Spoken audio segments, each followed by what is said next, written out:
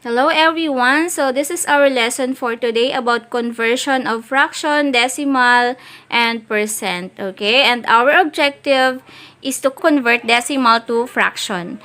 Now we have 0.5. 0.5 is decimal, and then the next one is to count decimal places from the point going to the right, okay? Okay, we're going to count the decimal places. If 1, we divide by 10. 2, divide by 100. If 3, divide by 1,000. If 4, divide by 10,000, and so on. Okay, so we're going to count the decimal places from the point going to the right direction.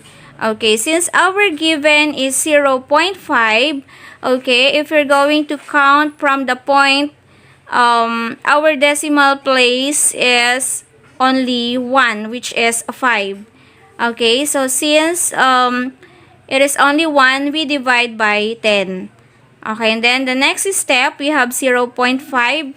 We divide it by 10. Then we're going to disregard the point. Then we're going to write 5 over 10. Okay, we eliminate the point.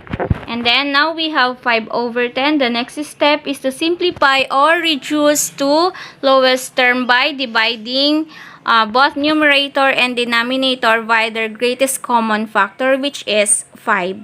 So now 5 divided by 5, we have 1. And then 10 divided by 5, the answer is 2.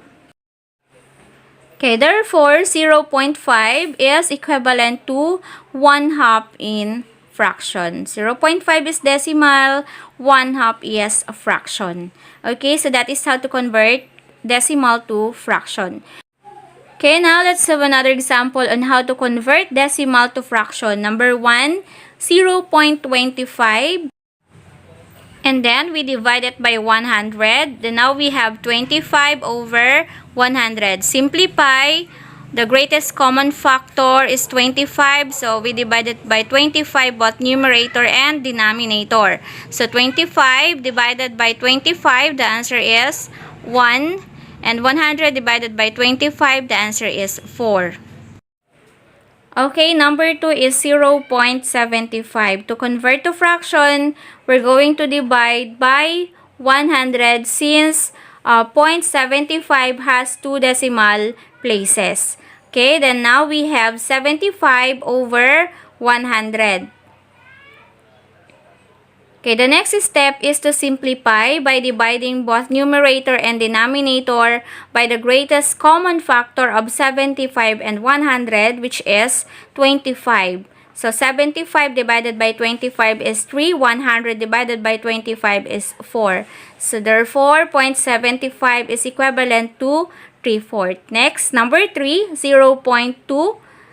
Then it is equal to 0.2 over 10. We divide by 10 since 0.2 or 0.2 has only one decimal place. Okay, so if you're going to compare, 0.75 has 2 decimal places, 0.25 has 2 decimal places. Therefore, 0.25 divided by 100 and 0.75 divided by 100, while 0.2 divided by 10 because it has only one decimal place. Okay, now we have 2 over 10, then simplified by the greatest common factor, which is 2.